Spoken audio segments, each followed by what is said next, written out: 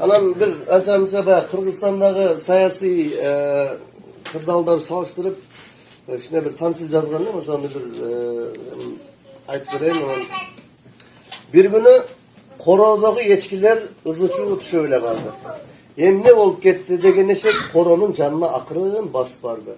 Kartayıp kalgan echki alıstan başladı gepti. Eğer biz ıntımak bulsak, koyçunu cumuştan alıuda geppi. Negizkisi biz echkegen üzdü unutmaylı. Tege koylar kokşup kızmattan aşırışmaylı. Hayır, yoldaş echkiler. Akırın gezekte söylegili. Tege konoğay targın itlerini kayırmagana kapısına gelinip jürmegile. Koyçunu saysa jarabaydı. Al koylardı jakşı görüp echkiler takır karabaydı. Gerek olsa bizdi canlı kadar da sanabaydı. Koyçunu geçsin degen oyundan kayıtmayın. Bugün soyup salsa da bari ütilimi tartmayın. Kara kursakmayla kanca kulakları zoğdan uçup öldü. Koyçunun kaygırganın, kelip kavar alganın, aytkıla çıkana kim gördü? Çet өлkөлөргө daima koşkorlar barat. Korogo bölüngen baygeni korsullaşıp oşular alat.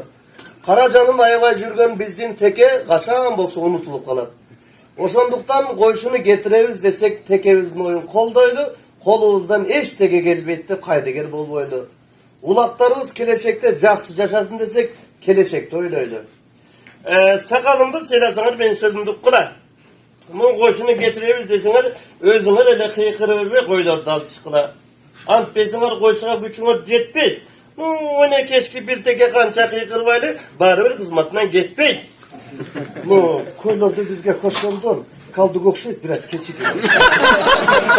Hem biz işenip tutkan kebir eskilerimiz koylarcaka öte kaçmadı mı sizdir? Men ölsem de koylar tırap götpem, angaça özüm dözüm örtteyim. Men uqsaňar biz köçeğin başka korolarga barıp gerek bulsa çet өлkölük echkilerden jardam alıp özümüz kökeleli. Ale mazırınça kıyılaşpay makul deseňer tarkap ele geteli. Men etseňer teke koyçunun cumuştan getirem degen eken. Emnele şüylebette gece kızı çuğda koyçunun tayağından tumşka öyle jegen eken. Echkiler dulgup durup eşek köp nesege düşündü. Жаңы koyşu gelsele menden akıl soramak bile. Al dile paydalanat da menin kara küçümdü. Öyle turgan eşki koyçunun tayağına süyükönüp deçi öyle dep basıp ketdi özünçe çıkarıp koyup tuğra bütümdü. Buna bizim sayasatты.